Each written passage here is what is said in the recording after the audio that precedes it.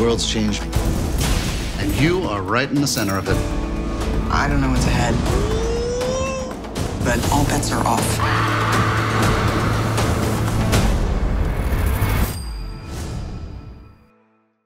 All the Smoke is presented to you by DraftKings, the leader in one-day fantasy sports, and they're putting you right in the middle of the action. The NBA Finals are here, and DraftKings is coming up big with an opportunity for you to win millions of dollars in prizes with your first deposit. It's simple. Draft 6 NBA players you feel will fill up the stat sheet. Each player has an assigned value. Valid rosters must not exceed the $50,000 mark. Rack up fantasy points for rebounds, steals, blocks, assists, and more. Download the DraftKings app and use the code SMOKE. That's code SMOKE, only at DraftKings. Eligibility restrictions apply. See DraftKings.com for more details. Welcome back, man. Season 2 of All the Smoke. We got a real special guest. What's up with your Brody with the virtual handshake? I'm going to tell y'all something that I never told nobody. I want all the smoke. Welcome back. Season 2 of All the Smoke. And we got a special one for you today. It's a pleasure for me to introduce strictly just one of my favorite humans. Former teammate of mine, good friend of mine. Big fan of what he's doing off the court as well. Welcome, JJ Redick. What's up, guys? Thank you for having me. Appreciate you being here. Thanks for coming on, man. Appreciate you. I feel the same way about you, Matt. I feel the same way about you. My God. You're a hell of a human. You're a hell of a funny human. story, like, and it really made me change my thinking, period, when because I just, JJ, you, and most Duke guys have this, like, there's that stigma of Duke guys, and you were the ultimate Duke guy, all-time leading scorer, a list of accolades, but I looked at him, I'm like, he just seems like he'd be an asshole. And that's just what I thought. I didn't know anything about you, had never met you. Teammate, ended up being teammates with you in Orlando, and it just completely flipped my thinking on literally prejudging someone before I met him. I tell you, like in 2009, that was really my wake-up call because I thought, oh, this guy's probably whatever. Met you, one of the nicest, most humble, hardest working people I've ever met, man, and it's an honor to call you a friend, and like I said, have you on the show today. We appreciate you. I appreciate that, man. I remember when we met, too, because it was, we were doing Jameer Nelson's week in Philadelphia. He would have everybody in August come to Philly, and you had just signed with us. And I probably had some preconceived notions of you, too. Let's be honest. Let's be honest. I love it. That's what I'm talking about. The first night I roll in, and I was probably a couple days late, but I rolled in, and we went to this sushi place in Philly, and I was like, yo, Matt is the coolest dude I've ever met. Like, I was like, right away, I knew we'd be friends. That's what's up, man. Hey, for life. There you go. Well, let's jump right into it. You got a chance to experience the NBA bubble. I liked the safe environment they built. I like that you guys continued to keep the social justice message going and other things that apply to that. But talk to me about that, because you were someone, who obviously were stuck in the bubble for a while, didn't have your kids, didn't have your wife. How did all that kind of mix with going and playing and being away from your family? Yeah, I think being away from the family was the hardest part. It's not really normal to be away from your wife and kids for basically 7 weeks because, we had to quarantine for 2 weeks in New Orleans. I lived with Jrue Holiday when his family stayed in California. So we were together for like 2 weeks in New Orleans, and then we went to the bubble for 5 weeks. So just being away from them was really hard. But if you look at the bubble, it's been an overwhelming success. Look, we've had high-level basketball. We've gotten all the way to the finals. There's been no COVID outbreak, not one whatsoever. We had some COVID positives on arrival. Since then, we've had 0. Knock on wood. I think the players have shown that we are going to be relentless with our social justice messaging. Some of it, I think, has been really powerful. And I've said this a bunch of times, man. I'm proud of my peers. I'm proud of our league and what we've been able to do over the last few months. The conversations that was going on, inside the bubble, I know you can't tell us everything, but with me, I seen that some people actually didn't want to play at all and some did. Like, was it more on the side of standing not to play, or was it more on the side of saying, you know what, hey, we got to go out here and play because our message is being heard more while we're playing? There was a few phone calls prior to us going down to Orlando that I was on. I was on one call on like a Friday or Saturday night in June with about 90 guys. There were definitely a few media members on the phone too. I don't know how they ended up getting a call in for that Zoom call, but we talked about this, and there was definitely a group of guys who felt like we shouldn't play, and then there was an overwhelming part of the league felt like this was an opportunity to further messaging, to bring more awareness. Look, if we hadn't, my argument to that is like, if we hadn't played, what is taking over the news cycle? You know, nobody's talking about NBA players if we're not playing. That's not how it works. That's not how it works at all. You know, we're going to talk about Trump being an idiot, the election, and as soon as football starts, that's all anybody cares about. Football. So we're gonna have 2 months in July and August where we control the news cycle. And I thought, the messaging early on was great. I thought some of the announcements were really, really important. The social action fund that D Wade and Mello and CP started, Malcolm Brogdon started a family foundation. The league announced a partnership with the PA to basically invest $300 million in black communities. Like, those are real things. Those are things beyond just wearing a T-shirt or kneeling in front of the flag for the national anthem. Those are real things. Those are things that are going to have legitimate impact in communities. And then the stuff with voting, I think, has been great. I have no prediction for November 3rd, but I think the messaging that the league has had, that the PA has had, our players have had, about just participating in this electoral process has been really important. And I think, as we saw with the Breonna Taylor case, our elected officials are the people that are making the laws. So we need to get the right elected officials in office to make the laws that reflect what the majority of Americans want. And that's what I talk about, too, when I tell people voting. It's just not on the federal level, because just as you said, it's on the local and state level. The AG, the AD, the judges, the mayor, all these are elected positions that, come November 3rd, we have an opportunity to vote on. So that's why I've been so adamant about voting, like I said, not just on the federal level, but on your local and state level. Hey, can I just interject real quick? I just want to interject real quick, because I think people have a ton of questions about voting. And I was literally having this conversation with my friend last night in my kitchen. It's one of the fucking most complicated things in the world. And there's so much uncertainty and unclarity about all these issues, and the rules are different state to state. I know you guys are doing a lot of stuff with voting. I just want to plug one thing real quick. I want to plug Vote Save America.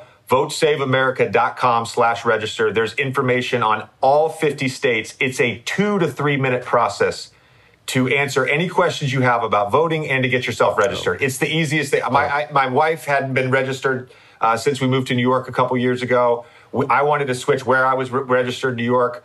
I did it the other day. It took 2 minutes. Like, please just go VoteSaveAmerica.com/register. It's the easiest thing. Dope. And we'll definitely put that up, too, when we air this episode, so everyone will know that. We appreciate that. With the NBA playoffs being what they were, very entertaining, very exciting. We're to the finals now. You got a chance to play with Jimmy. Talk to us about what it was like playing with him, and then when he left Philly to Miami, your thoughts. Yeah. Well, so I love playing with Jimmy. He's an interesting personality, and I think oftentimes with Jimmy, it can rub certain people the wrong way. And Matt, you and I play with CP, and they're different personalities, but CP was similar in that way. Like, if you didn't get CP, I could see where he would rub you the wrong way. I fucking love playing with CP. I love playing with Jimmy. In my opinion, I wish we had just ran it back in Philly. But it was clear that they felt like they had to go in a different direction with both, him and with me. And, I don't have horrible moves. Yeah, both horrible moves. I don't have any regrets about my decision last summer. I didn't have any regrets. I had an unbelievable time in New Orleans. Clearly, Jimmy has no regrets about, his decision. Like, it's worked out. He ended up in the perfect situation for him. He's in an environment that just, like, promotes everything that he's about. And and he can just be himself and be comfortable, and that rubs off because he does have an amazing personality, and that just rubs off on everyone else. It's been awesome to watch. I give so much love to the Heat on my podcast. Everybody thinks I'm going to the Miami Heat in 2021. Like, it's not about that. It's just about, as a fan, like, I just appreciate what they've been able to do. They never tanked. They've always been able to just pivot very quickly and maintain this winning environment and this winning culture. And when you get the right mix of players and the right mix of personalities, that leads to being a championship contender, which they are this year. That's interesting the way you put that, too, because Jack has a relationship with Jimmy Butler, and I've only known him as an opponent. I would ask Jack, like, what Jimmy was like, because I always kind of wondered. Sometimes he'd say some crazy shit, then I'd see him say some amazing things, and all I know that he played hard, and to me, he's probably the most blue-collar superstar we have in this league.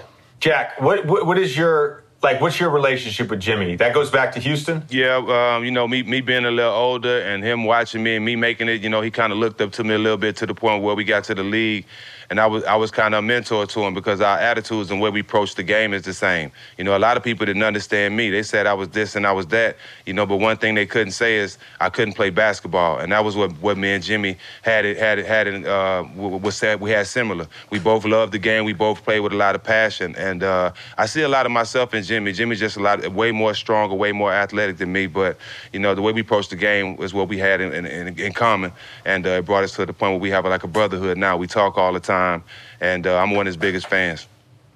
Yeah, you bring up an interesting calves point than him. With just a player's reputation, and you guys know this because we've all switched teams a number of times, and so you're going into a locker room or a guy gets traded into your locker room, and that guy carries with him whatever the book says that he is, right? Yeah, right. And I think as teammates in the NBA, it's our responsibility to give every guy sort of a fair shot and give every guy a clean slate.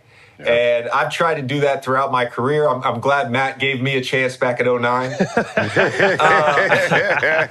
glad Matt gave me a chance. But, it's funny because, Jimmy carried with him this reputation from Chicago and from Minnesota. Yeah. And within 2 weeks of him being in Philly, I'm like, I'm going to go hang with this guy. Like, I'm going to go to every meal on the road. I'm with Jimmy. Like, it's interesting how reputation isn't always reality. Right. And I think both of you guys, because I played with Jack too in LA with the Clippers. Yeah, Jack had a quick stop with us for a 10-day. I told him about that. You made me sell. I had a conversation with you about a watch. I remember walking in the locker room one day. I just bought me a new diamond watch, Matt. I'm letting it hang too because I want everybody to see it. And he shit all over it. Oh my God! Hey, JJ, he just quietly sits on the side of me and gets to explain to me about my watch, what kind of watches I need to have on, how much they cost, and how much my watch I had on wasn't shit. I went and sold them all real shortly after that. He's a watch dude. It made me feel good because I had a watch that he really liked, and I wouldn't sell it to him. Then I ended up losing that bitch. I should have just sold it to him, but he really liked it, and I wouldn't sell it to him. I'd wear it around him all the time, and he wanted to buy it, and I wouldn't sell it to him. Then I lost that fucking thing. I heard you got rid of all your watches, though, JJ. Yeah, I did. Hold on. It was, Matt, was that that was the watch that C-Webb gave you? Yeah. Yeah, I remember that. That was when we played in Orlando. I tried to get that watch off you a few times. Yeah, Jack, I sold everything, man. You ever heard the phrase "your possessions shouldn't possess you"? Yes. I got to a place, man, with watches where it was like an all-consuming thing. And I mean, you guys have both been around me. Like, I have an obsessive and an addictive personality. When I'm really into something, I just go all out on it. And it's one of the reasons I've had a long basketball career because that is my first love. But I got into watches so hard, man. It was taking up too much of my time. And it got to the point where I'm like, this is such a selfish pursuit. It's like no one's getting any enjoyment out of this except me. Like my wife's not benefiting from this. My kids aren't. Like my friends aren't. Like I'm the only person wearing the watches. Yeah. JJ was sleeping with them motherfuckers. He had to get rid of them. The wife told him it was either her or the watches. Yep. Growing up in Roanoke, Virginia, when did basketball kick in for you? I would say I became obsessed with it and like loved it when I was 12, 13. So like basically 7th grade. And that was the year that I quit baseball. And I was probably better at baseball, truthfully, than I was at basketball at the time. But my dad kind of was just like, you don't have time to do both. And so growing up, like my idols were my older sisters. I have older twin sisters. So when I was super young, they rode horses competitively. So I taught I learned how to ride a horse. Then they started playing softball. So I started playing baseball. And then when they were 13, they were like 6'1". So they started playing basketball. They ended up getting a D1 ride to a small school in North Carolina called Campbell. So when they started playing basketball at 13, that's why I started playing at 8. And by the time I was 12 or 13, I was pretty good. And then I hit a growth spurt. I broke my wrist 3 times in 6 months. And when my wrist was broken, I just shot one-handed. And from that point on, I was a great shooter, and I was addicted. And the shooting part of basketball for me is the drug.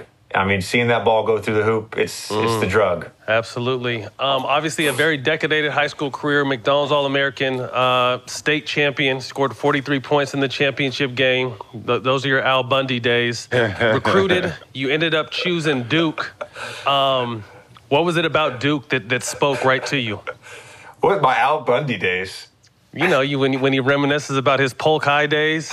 I used to do this in high school and do that in high school, but you really had the accolades. Yeah. Honestly, I mean, I was a Duke fan since I was like 8, since I first started playing basketball. And my first year of basketball was when they had won their second national championship against I guess it was Michigan that year. Yeah, because in 91 they beat Kansas. So they beat Michigan in 92, and I probably watched that game like 20 times. Somebody had taped it on VHS at our house, and then it ended up getting taped over by The Sound of Music. I was fucking pissed. I was so pissed. I had that game memorized for like 2 years. That's dope. And so it was like, by the time I got to high school, man, like I was getting recruited by a lot of teams, like UVA, and I was from Virginia, so UVA was on me hard, and Texas, Stanford, Billy Donovan was at Florida at the time, and I was really interested in going there.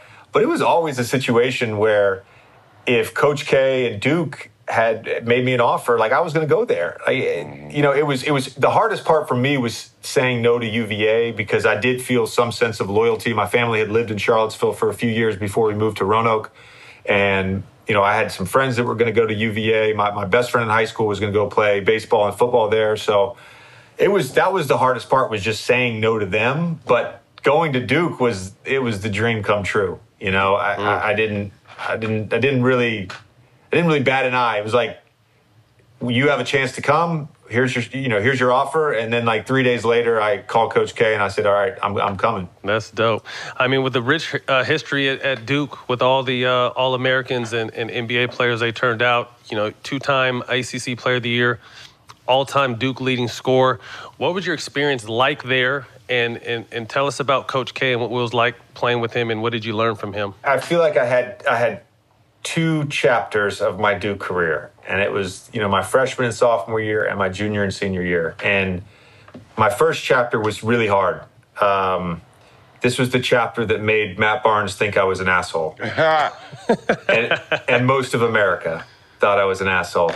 You're 18 years old as a freshman, and I played at that point I played in a lot of big games, but it's never in front of fans. And you go on your first road game, and it's at Clemson. You're like 12 games into your freshman year, and the entire student section is yelling profanities at you. I had in college, my first 2 years, I had this like bad acne and shoulder acne, and so you see kids like wearing these mock Duke number 4 jerseys, and they've painted these red dots all over their shoulders, and there's signs about your family, and you're like, holy shit, what did I just sign up for? And I'm not somebody that's gonna like back down from that. So then I sort of started creating this persona on the court, and there was a lot of head bobbing, a lot of trash talking. It was a lot like how Jack played in the NBA. Only I was just a fucking cocky white kid, you know what I mean? So everybody hated me. And, by the end of my sophomore year, I was so distraught about it. And I had gone to a really bad place and had misbehaved. I would say I misbehaved my sophomore year. I tried to quit. I told my sisters I wanted to quit. Like, this was December of my sophomore year at Duke. I was like, this is not for me. This is not what I signed up for. And I had basically a come to Jesus moment with Coach K in late May of my sophomore year. I guess it was after my sophomore year, somewhere between sophomore and junior year. And he sat me down in the office and he just said, look, man, he's like, you've been good. Like, you were all ACC last year and you were third team All-American. We made the Final Four. He's like, you've been good, but what you're doing isn't good enough. And Coach Collins, who's now at Northwestern, Chris Collins, Doug Collins' son, he said, I'll never forget, he said, the sad thing is we'll never know how good you can be. And I was like, fuck, that hurts. That hurts. And that summer, I had them make me a schedule to the hour. I still have the fucking spreadsheet in a notebook in my house. They had me to the hour, 8 a.m. wake up, 8:30 breakfast, 9 a.m. check-in with Coach Collins, 10 a.m. class. And it was down the line, lifting, conditioning, basketball, court work, study hall, lights out, 10 p.m.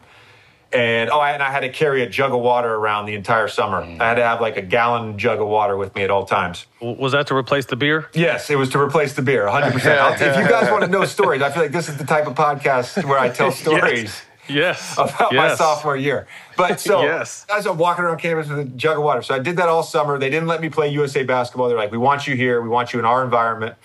And man, it was the best thing that ever happened for me. I lost like 23 pounds. I was over 215 at that time in May of my sophomore year. I started my junior year at like 192. I was in unbelievable shape. I won every preseason conditioning thing our team had that year.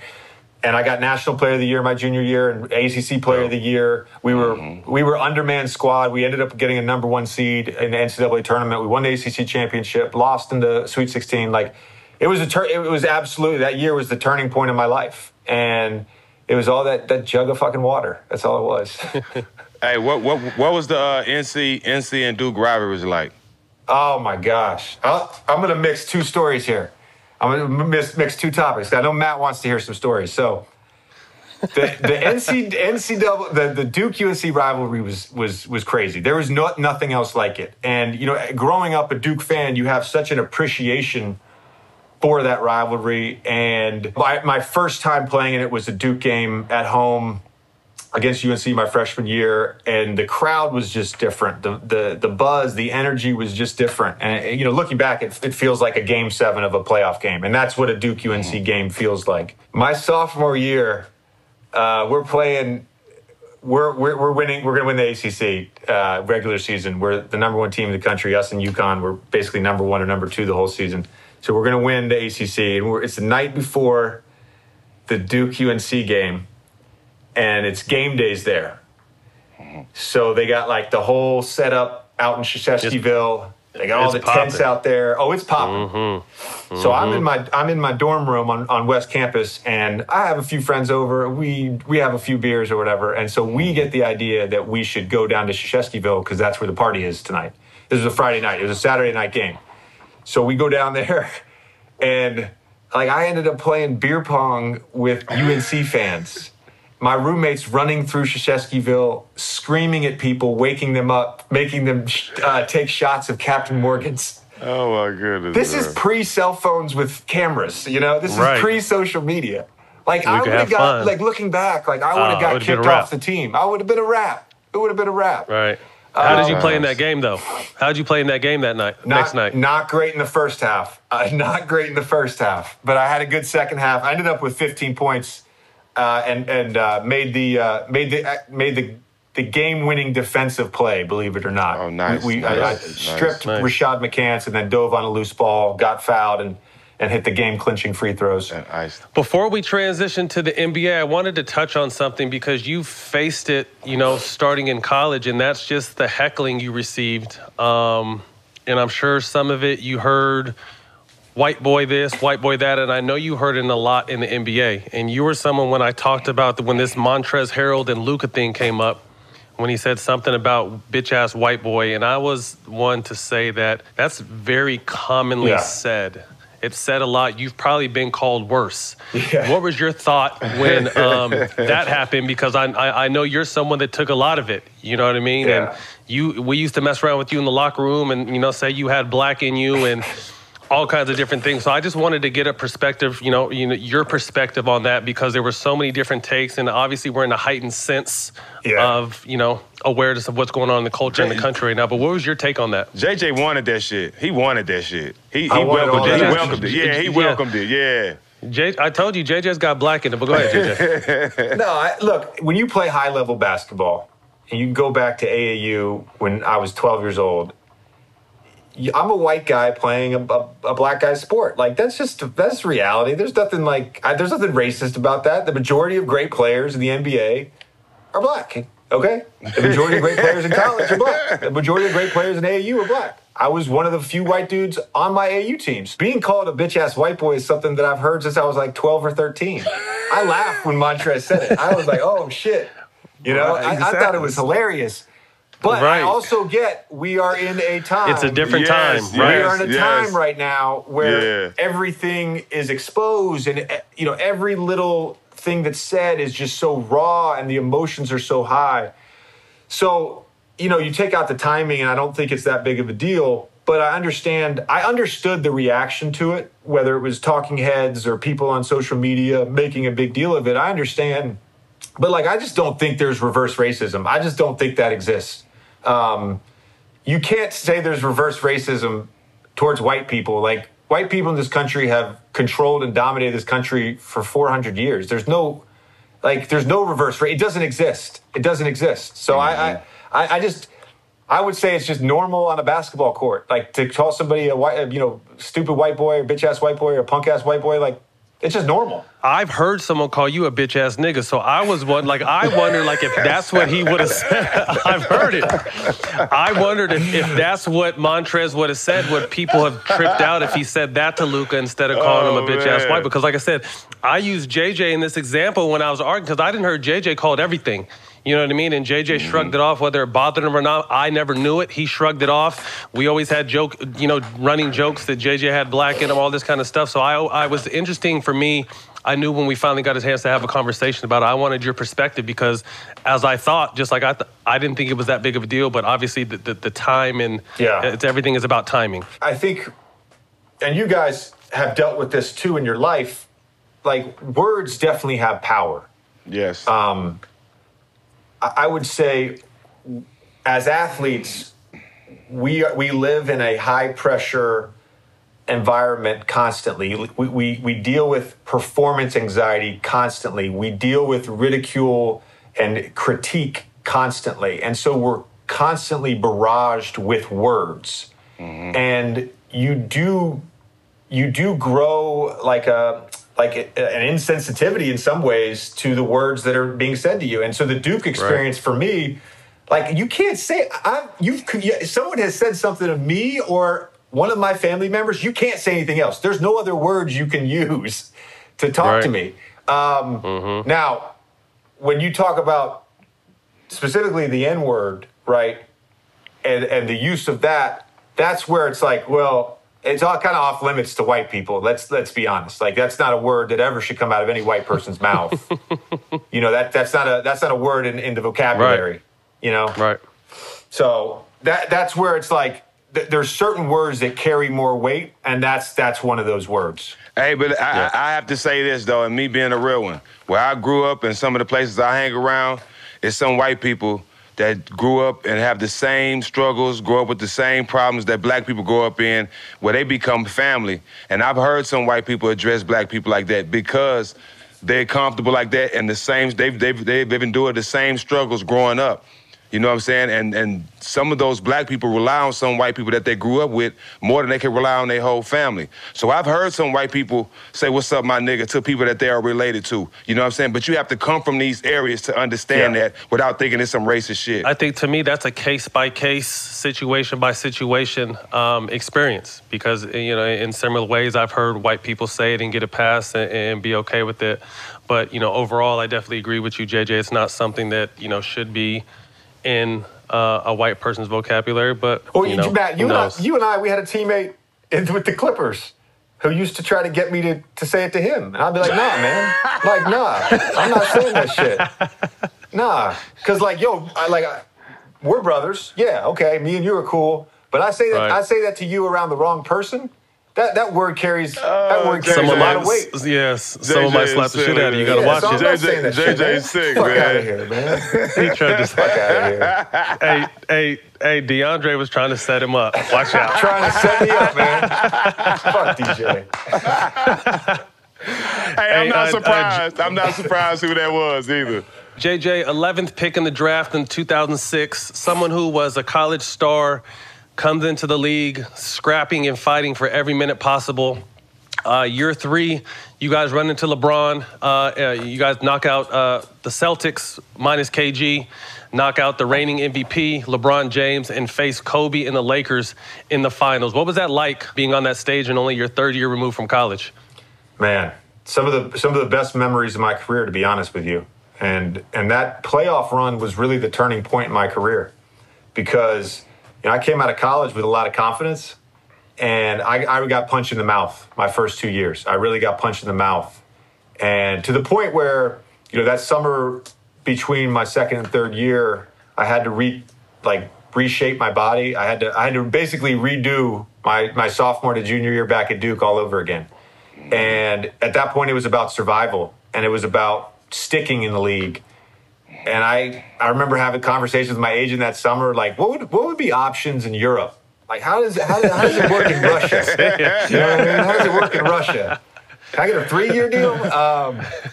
So that playoff run, I was finally like a rotation player, but there were still some nights where I got those DNP coaches' decisions, and that playoff run, Courtney Lee broke his face in Game 5 against Philly in the first round. So I started Game 6, which was a closeout game in Philly on the road, and I hit 5 threes, played really well. Then I started the whole Boston series. I guarded Ray Allen the whole series, and then got to, we beat Cleveland. I got to play against Kobe in the finals.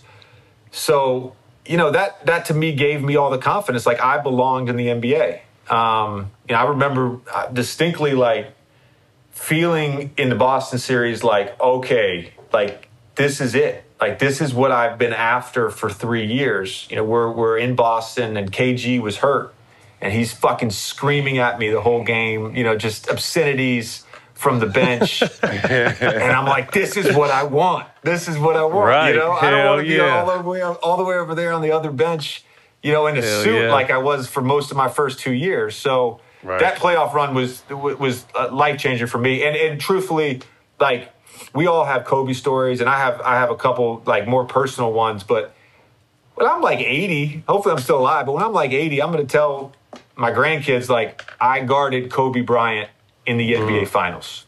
And yes, he got the best of me. But I had some stops. Check the tape. Check the tape. Are you counting stops when he passed the ball, or you actually stopped him? Come on, man. Matt, come on. Don't do that. So the following year, you guys battle LA, fall short to LA. The next season, myself and Vince come. We have a great season. You play all 82 games. You were one of our consistent guys, night in, night out. I've always kind of had a feeling of what happened, because if you remember, JJ, that's when we beat the shit out of Jack in Charlotte. We swept them and beat them by like 30 a game. And although Jack had a couple games where he got some points, we just beat the shit out of his team. I was y'all ass, though. Y'all beat the shit out of us. Y'all beat the shit out of us. Beat the brakes off them. Then we destroyed Atlanta.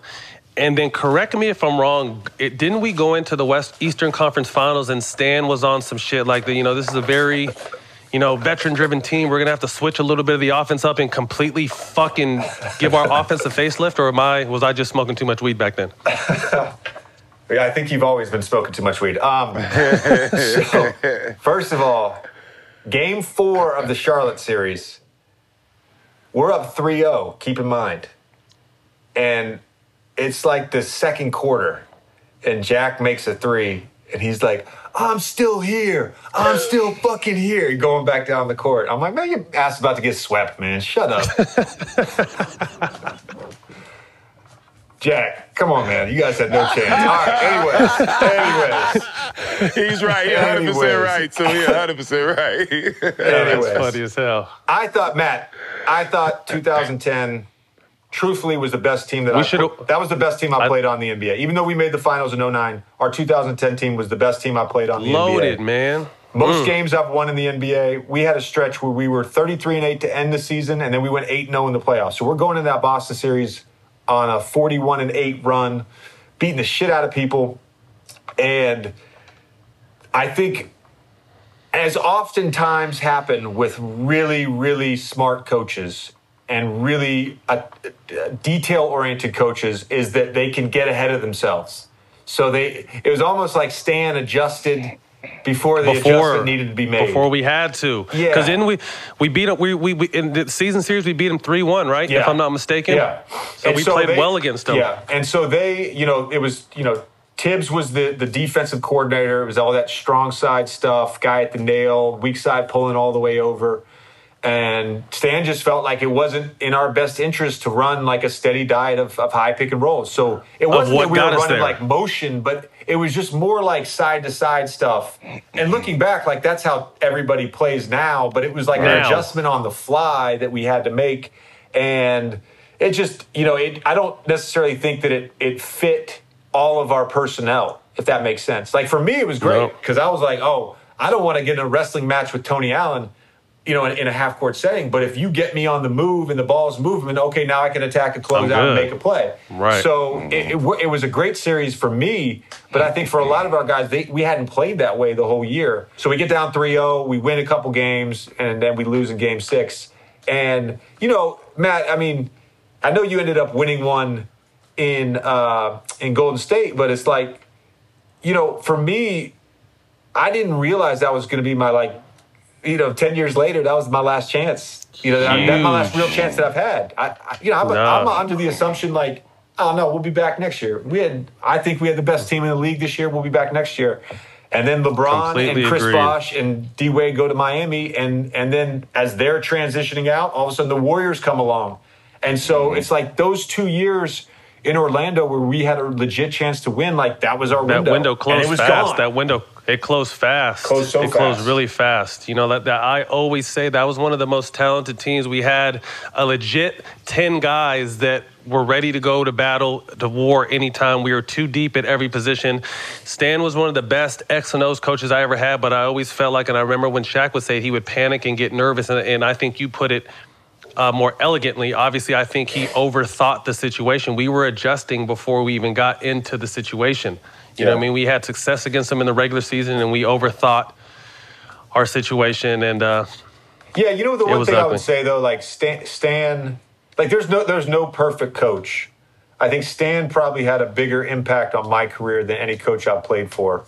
Doc as well, because Doc was the first coach who let me be, who looked at me as a starter and gave me more of a role in an offense.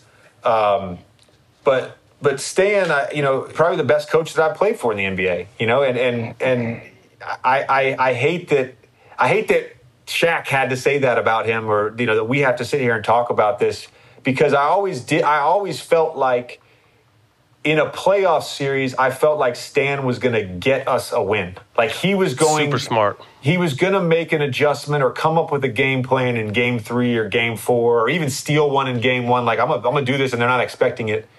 And it worked a lot of the time. And he would always get us a game just because, he was so prepared and he worked so hard. He took such responsibility on what he could control.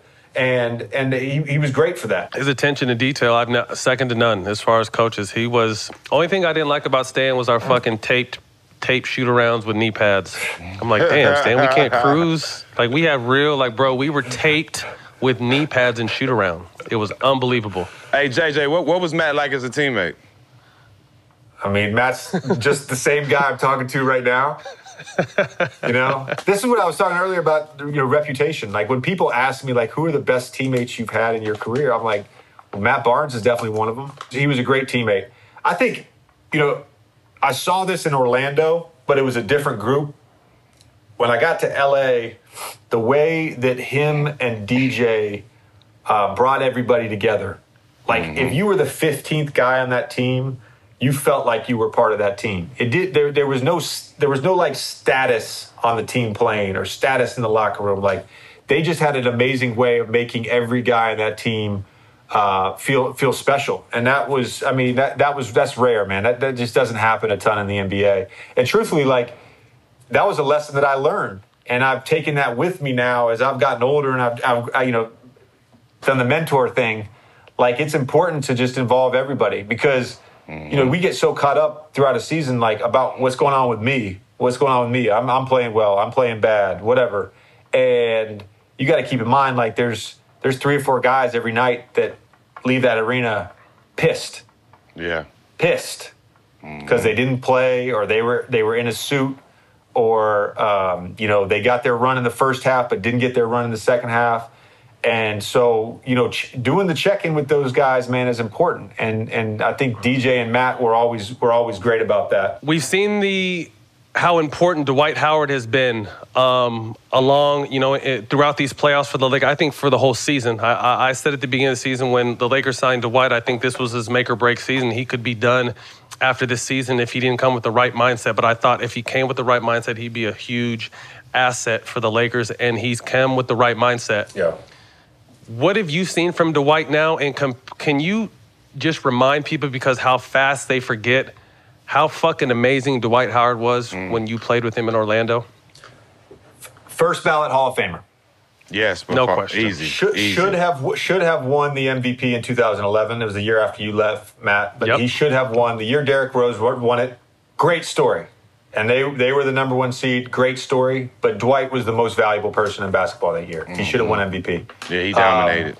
What I've seen this year is just embracing a role that so many people wanted him to embrace for the last 4 or 5 years. And I think it's really hard. We all had good offensive seasons, the 3 of us. But when you're a superstar and you're used to the ball going through you, I think it's really hard to make that adjustment to being a role player. It's unnatural. And most of us had to deal with that at an earlier age, right? We either in college or earlier in our NBA career, and it became about fitting in and maximizing a role and carving out a niche for yourself in the league. But when you start out as the number 1 guy and then 10, 12 years later, they're like, we need you to dial it back a little bit. That's hard to do. And so you've seen it this year. He's just completely embraced, like, I'm going to defend my ass off. I'm going to grab every single rebound. I'm going to set hellacious screens. Be a great teammate. How strong is he? And be a great teammate. And he's been a great teammate all year. How strong is he? People don't understand. That's probably the strongest dude I ran across in my career. Unlike a switch, Matt, it's impossible to box him out.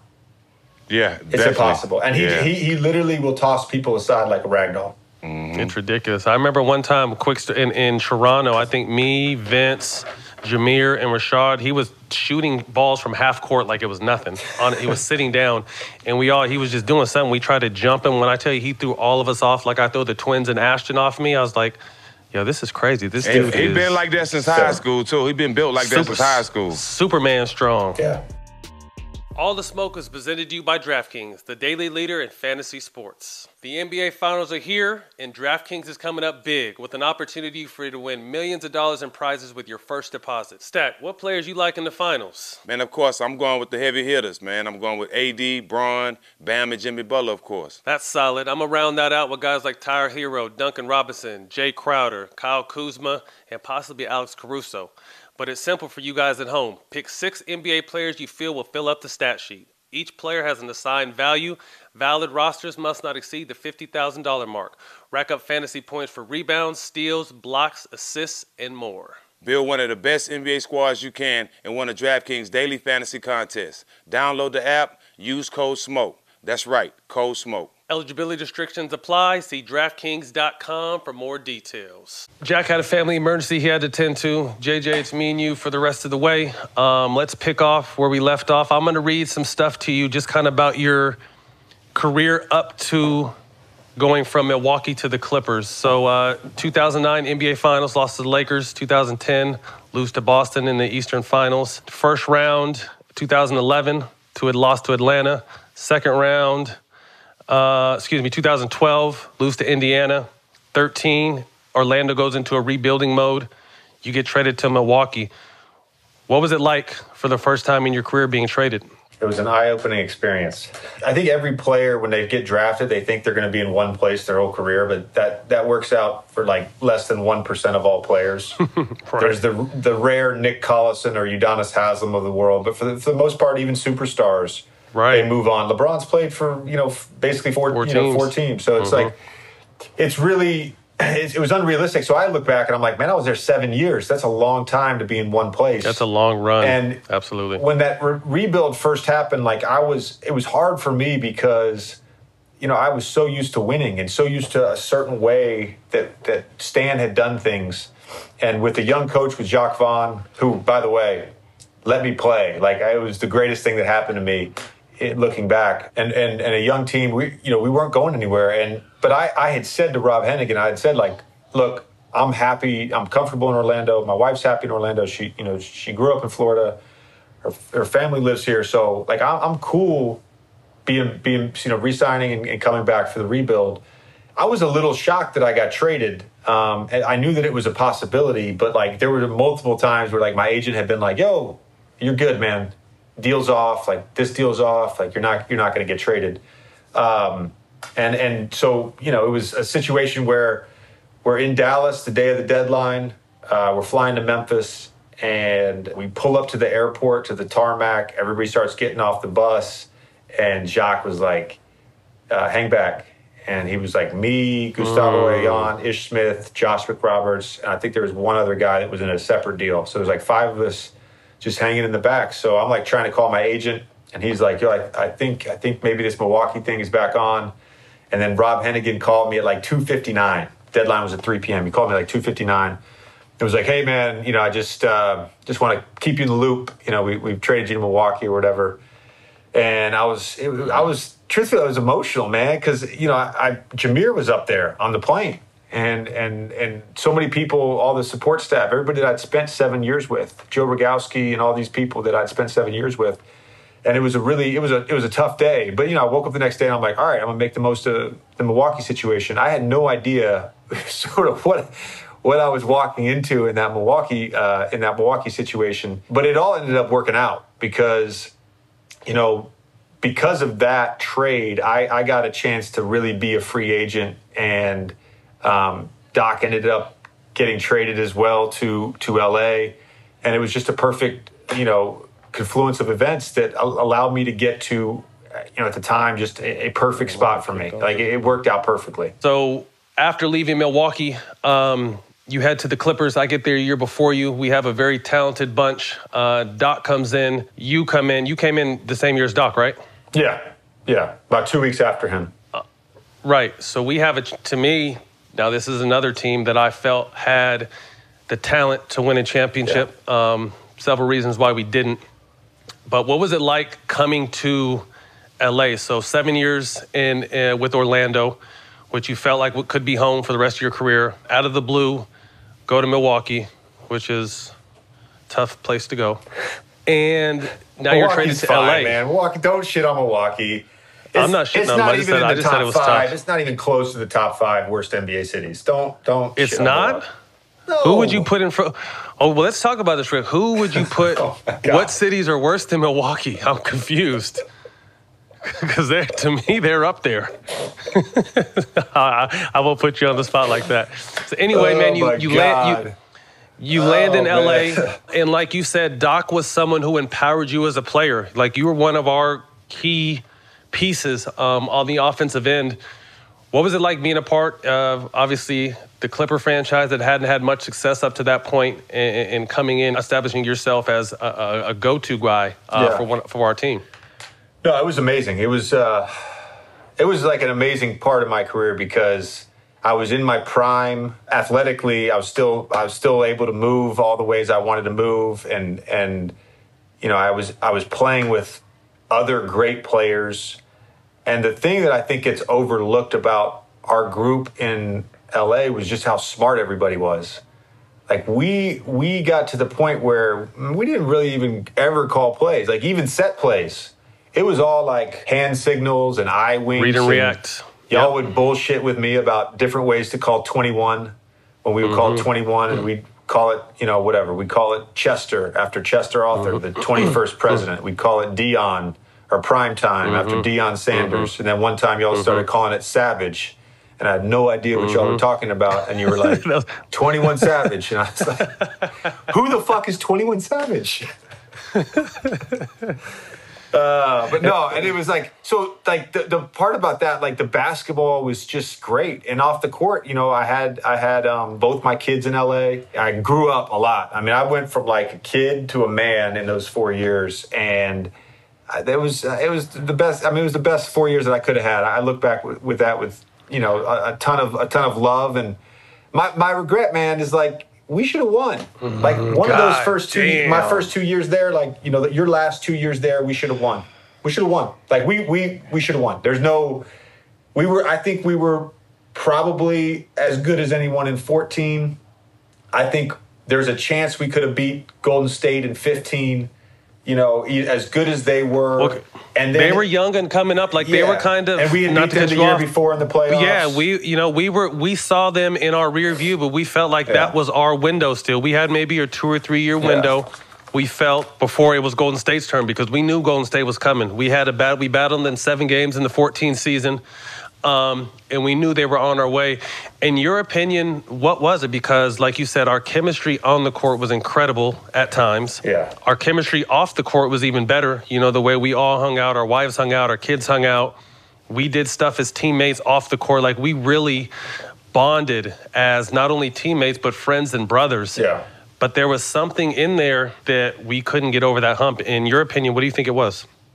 Well, I think there's a couple things. And I've talked about this before, and I've used the word pettiness before, or petty. You know, there was some pettiness between some of us. Probably if you look back, and I've talked to enough of the guys now, like, we've all matured even more since then. And we all sort of realized what we squandered by being immature and petty at times. The other part of that is, you know, for whatever reason, I know you've said this before too, but the mental toughness, we would lose that at times. And it doesn't still make sense to me, because I think the makeup of all our guys, like, I think CP is a champion. I don't know if CP is going to win an NBA championship, but in my mind, he's a fucking champion. Absolutely. He deserves a championship. He's that caliber of player. He's that caliber of competitor. He's a champion. And so, you know, it's still, looking back, it's like, probably those two things where, like, you know, if you look at the OKC series the first year where we're up 11 in game 5 at OKC and we make some boneheaded plays down the stretch and don't really execute, and we didn't bounce back from that. You know, we go back to game 6, we're up like 19 in the second quarter, and Kevin Durant goes on a run. We don't bounce back from that. Like, you know, the next year when we're in that free fall with Houston, it was just like you could feel it happening. You know, but for us to beat the defending champs, you know what I mean. We knocked San Antonio out in the first round. Yeah.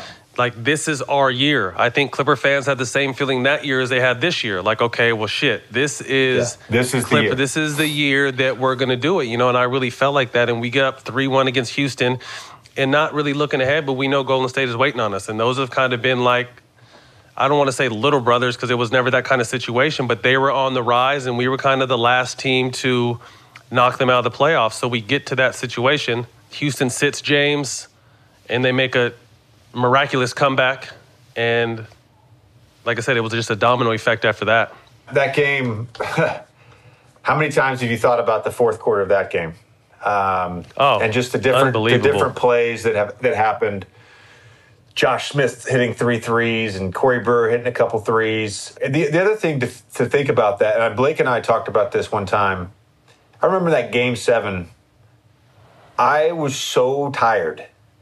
I think we underestimate how much that San Antonio series took out of us. Mentally and physically, though. Exactly. And we weren't that deep. So, like, no. You look back at those box scores from the Houston series, and it's like 39 minutes, 45 minutes, 42 minutes. Our starters were playing heavy minutes. And I just remember that game 7, I don't ever get tired. And I remember feeling just exhausted coming out of timeouts, walking back on the floor. And Blake said the same thing to me.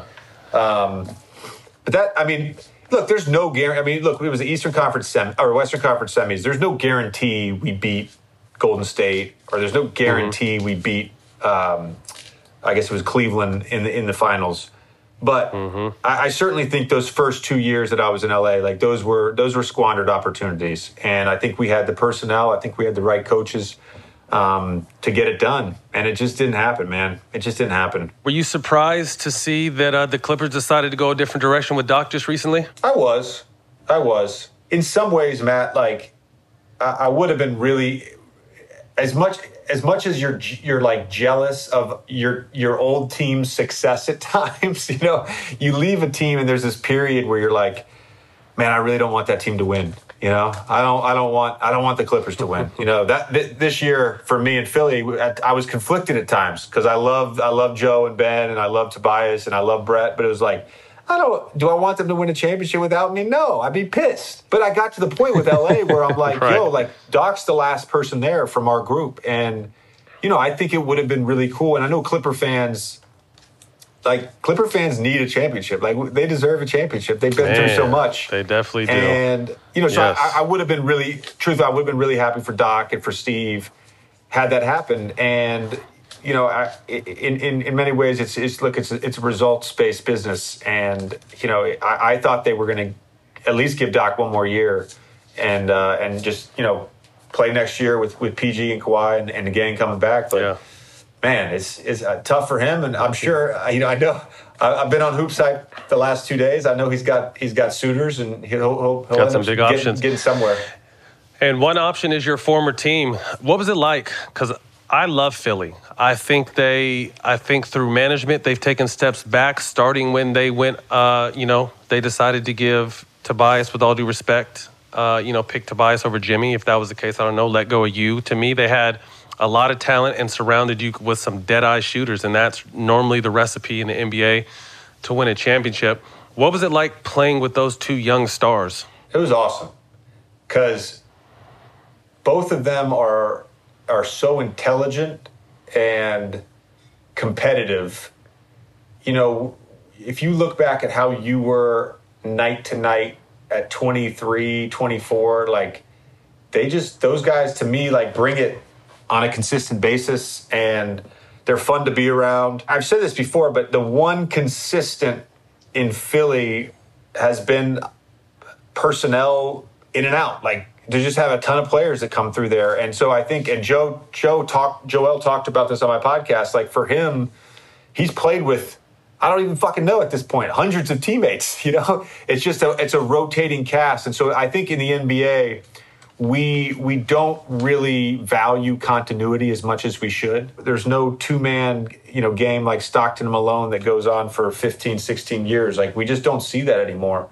I would love to see them. Those are two young guys. They're both all-NBA players. Like, I would love to see them figure out a way to bring in a coach that can get the best out of them and to surround them with great personnel. Yeah, I mean, can they win together? Can they win together? Do you feel like those two? They fucked up not bringing me back, man. They fucked up not bringing me back. I agree.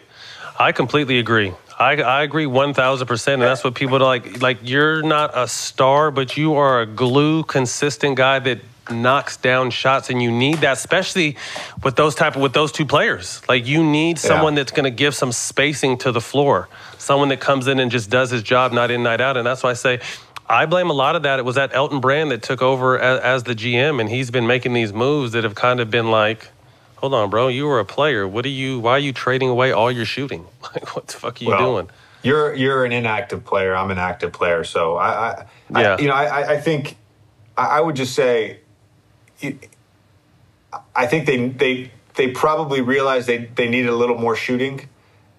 The thing with me and Philly, though, like, it wasn't just about the shooting. You know, it was leadership. I'm sure. Yeah, I mean, look, like, you need people in the locker room. Like, you just need those guys. And and I'm friends. Like, I literally was texting with Ben and Joe the other day. So, like, so much of this is, you know, we don't consider the relationship part of it as much as we should.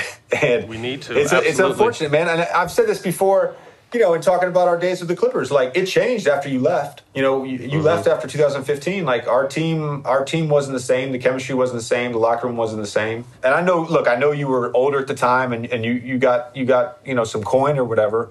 So it's not like one thing or another, but it hurts to lose like the vocal presence, the leadership, your friend, like those things hurt in this business, and not enough people talk about that, man. Like the makeup of a team on the court, on paper, with this guy at this position, this guy, that's one thing, but the makeup of a team and how everybody, coincides and works together, that's a whole nother thing. And you got to have the right personalities. Like you said, that's definitely not talked about enough in today's game, but 2019, you signed a 2-year deal with an up-and-coming, one of the most exciting teams in the game. You get a young Zion, fresh out of college, and someone who I love, the guy that won Most Improved, Brandon Ingram, and also get Lonzo Ball. What has that experience been like? Now you're the old man in the locker room. What is it? What's that? Obviously, kind of not necessarily looking back at your career, but it goes by so fast. Now you're the voice of reason. You're the old man with all the ice on you. What has it been like in that locker room with that team? Man, it's been great, to be honest with you. This year, other than COVID and the bubble, my actual time in New Orleans was one of the least stressful, least drama-filled teams I've ever been on. It's just a bunch of good dudes, man. And when they're good dudes already at 21 or 22, like I feel like if you get the right vets around them, you can really have an impact on their career. Special. And look, that's what happened to me. Like, I was very fortunate that I was in great locker rooms in Orlando, and we had guys like Keon Dooling and Rashard Lewis and you. Like we had Vince. Like we had good Anthony dudes. Johnson. We had good dudes, man. So I think you think a lot about like your own legacy when you get towards the end of your career, and like what it means, and like how people are going to remember you. And like I hope I was a good teammate. I truthfully, like, I hope Nickeil Alexander-Walker's like, yo, that's my guy. I hope in 15 years when he's finishing up his career and he's doing the same thing to a 22-year-old, he can say, oh yeah, JJ took care of me when I was a rookie. And those are the things that you really think about when you get older. And I would say this too, like, man, as a visiting player, you go to New Orleans, you fly in, you stay at the Ritz, you might walk like a block or two to dinner. You don't ever get to experience what New Orleans really is. New Orleans is a special place, man. It's one of the most amazing places I've ever been in this country. It's so unique. The people there are just insanely nice and insanely great. And I think that was eye-opening to me. It was so because I didn't know what to expect. Because again, I had experienced one hotel and like 2 restaurants and the arena for 13 years. That's it. And then you're oh man, they got a jazz hall that's open almost every night. You can go see a brass band play at a random dive bar on a Monday. Mardi Gras. My 6-year-old is like still talking about Mardi Gras. That was in February. Knox, what was your favorite thing about New Orleans? Mardi Gras. It's my best day of my life, Dad. Best day of my life. Hopefully you didn't get to see some girls doing wild things for beads. No, well, there's the Bourbon Street Mardi Gras, and then there's the uptown family-oriented Mardi Gras. Yeah, no, Knox. See, I don't know. You gotta school me. I didn't know what you were showing Knox already. I was about to ask. Uptown is like, it's a different part of New Orleans than what we're talking about. With Knox was not out in the streets, man. Come on. He wasn't throwing beads. Jrue Holiday, one of the most underrated two-way players in the game. Talk to me a little bit about him, because he's someone you just don't hear much about, but he's put together a very solid, and one of the most respected players in the game. Jrue doesn't ask for or enjoy adulation and attention. He's totally cool, just flying under the radar. He and his family are just incredible people. His wife, Lauren, is a phenomenal woman. They're just, his brothers, his parents, like they're just leaders. They're just great people. And, I think my 2 biggest takeaways from my year in New Orleans was, thank God I got to experience New Orleans and what a special place it was. And thank God I get to be friends with Jrue Holiday, because like you, man, like he's somebody in 10 years, 15 years, whatever it may be, like we're still going to be friends, man. He's just an incredible human. He's an incredible human. You know, on the court, like he does so much and he does so much well. And I've talked about this a ton on my podcast. I've talked about it with the guests on my podcast, but seeing him guard the ball up close, one-on-one in person this year. It's special. There's no one that can do what he does. I don't know how he is able to just stay in front of people at the level that he can. And it doesn't matter. Like, you want to put him on Dame Lillard, great. You want to put him on, don't matter who it is, Jokic, right? Great. And like we'll switch him on Jokic, and he'll be like, "Nah, don't give me help. Don't give." Like he wants that action, right? And that's dope. he's just great, man. And like again, like another guy, like we talk about, you know, having the right mix of guys in the locker room. Like he's just a special dude in the locker room, man. He's just a great teammate. What do you see? God willing, Zion stays healthy. Is there a limit you can put on him? Because I don't think we've ever seen anything like him. No, there's not. Like it's all NBA, All-Star, Hall of Fame. That's his ceiling. Like the thing with Zion is that he is naturally, obviously athletic, but naturally skilled. And so when he learns sort of how to play the NBA game and think the NBA game, he's going to dominate. Like he does it naturally without even really putting the thought and the sort of the preparation that we all learned. Like I didn't do this either when I was 19. It's a process. Yeah, it's a process. That's what people say. So I'm like, dude, this guy in year 5 and year 6, like give me trouble. What are we looking at right now? He's 2010, and like you said, he's just playing off raw instinct and ability and athleticism. It takes a good 4 or 5 years until you understand the NBA game. So once he understands the NBA game, like I said, as long as he stays healthy, wee.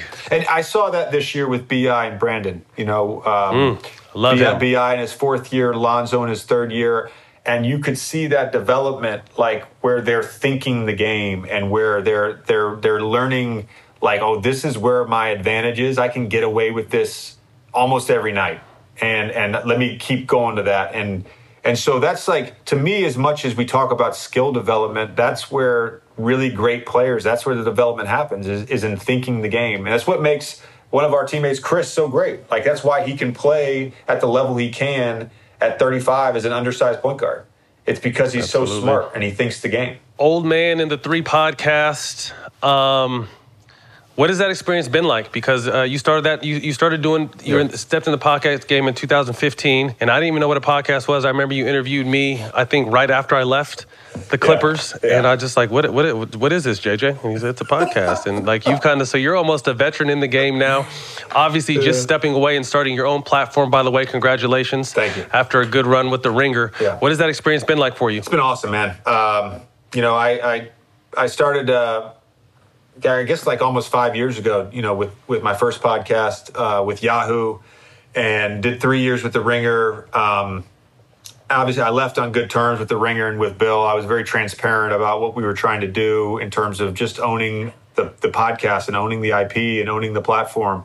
You know, so much of what we're trying to do as players now is just ownership. You know, it's about owning what we do, and so it's been fun, but it's been a lot of work, and we've been on a 2-episode streak now for over 2 months, like where we're doing 2 episodes a week, and you know, we're doing calls on IP stuff, on trademarks, on merch, you know. So you're hands in on all that, all of it, man. And Tommy, my co-host and my partner on this venture. Is obviously on it with me. We're hopefully getting ready to hire someone to help us just with logistics or whatever. But it's fun, man. And like, look, we talk about like, you know, being basketball players and simultaneously like being content creators. Like I'm doing 3 hours of content a week. Like I never thought I'd be in this situation. The thing with Old Man and the 3.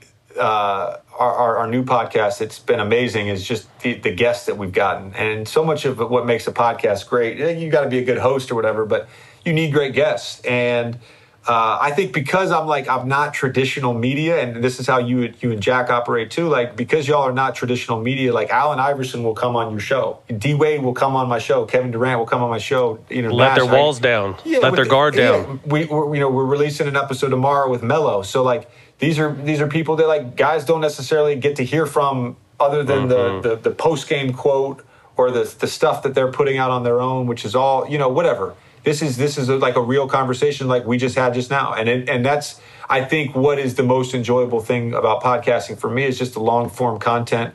You can really dive deep on stuff and get a glimpse into somebody's psyche, into their inner workings. Like it's just fascinating to me. I tell people, like, as athletes, we've been trained our whole life to give it all physically. And obviously some mental comes with that. But I think my transition to my post career, having an opportunity to work with ESPN, having an opportunity to work with Showtime and iHeart, this mental exhaustion is a fucking monster.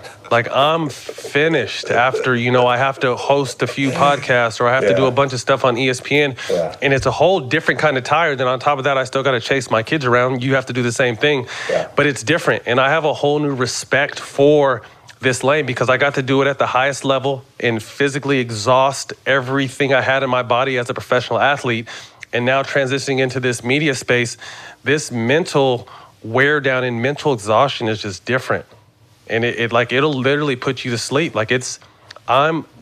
Some days I'm with you. There's some days I'm like grasping for air. I'm like trying to come up out of the dirt just to get a breath. And some of that too, I mean, if you're a parent and you're an active, involved day to day. Like I'm with my kids and we're doing stuff. I'm taking them to school. I'm picking them up from school, and you're sort of managing that. And then you're managing. For me as a still an active player, like you're managing that part of playing, and then there's this mental fuckery that happens every day where you're like, all right, I didn't anticipate having to answer 20 emails every single day nonstop for the last 2 months. Like I didn't anticipate that. 3-4 conference calls a week. Like I didn't anticipate that. I thought I was just going to, all right, just give me the guest. I'll do the interview. And so that part of it actually, as exhausting as it's been, has been super fun because you do feel like, because you enjoy it. You still enjoy it, and you're learning. You're owning it and you're building it, and it's a total learning process. Totally, I never knew some of this stuff before, and so it's been really awesome. How do you feel like this side of obviously podcasting has kind of helped you find your footing in your voice? Because it's no secret you have maybe a couple years left in the game until you feel like you want to step away, but find your voice post career, but then also find your voice in this social justice space because you've been very adamant and spoken very eloquently about things that are going on in this country. There's only so much that you can express in a coherent way on Twitter.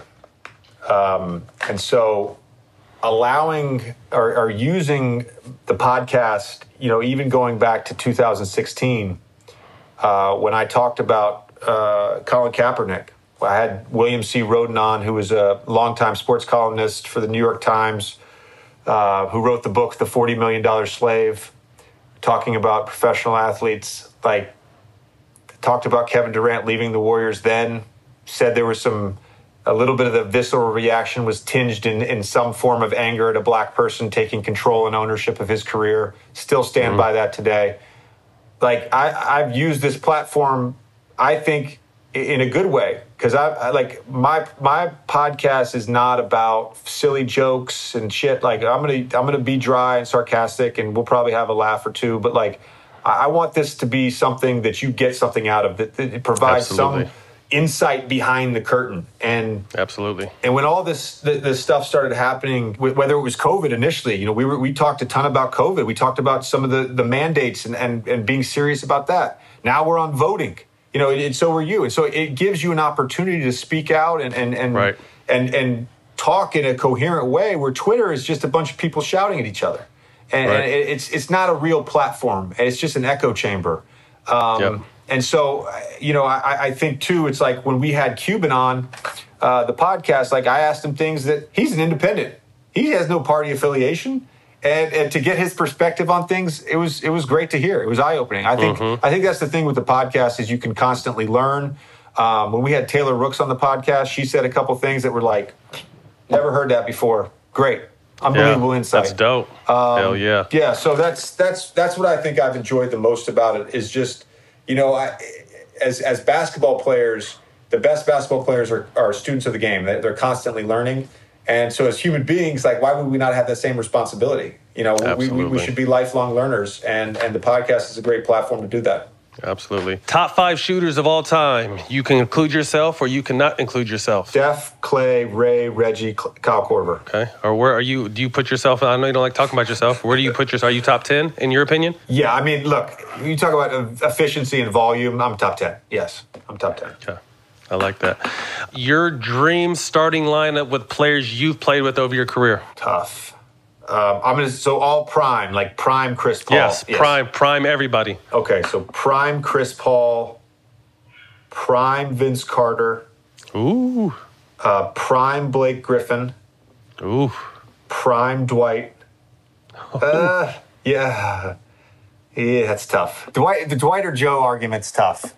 Then it's like, because Chris is so good, I'll just throw Ben Simmons in there, man, honestly. I was going to say prime Rashard or Hedo, but I'll throw Ben in there. So Ben, Chris, prime Vince, prime Blake, prime Dwight. And six-man Joel Embiid, no doubt. JJ Redick, we appreciate your time, man. Thank you. Continued success. Give my best to your family. Good luck next season, man. Looking forward to you guys making your introduction to the playoffs with that young team. And I'll catch up with you, my man. Thanks, guys. All right, Matt. All right, good to see you. All right, that's a wrap. All the smoke with our guest, JJ Redick. You can catch this on Showtime Basketball YouTube and iHeart. See you guys next week.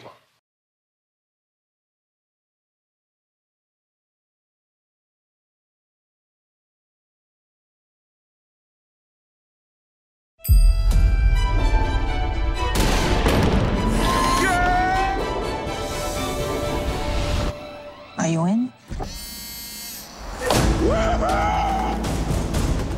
This is our time. The world's changed, and you are right in the center of it. I don't know what's ahead, but all bets are off.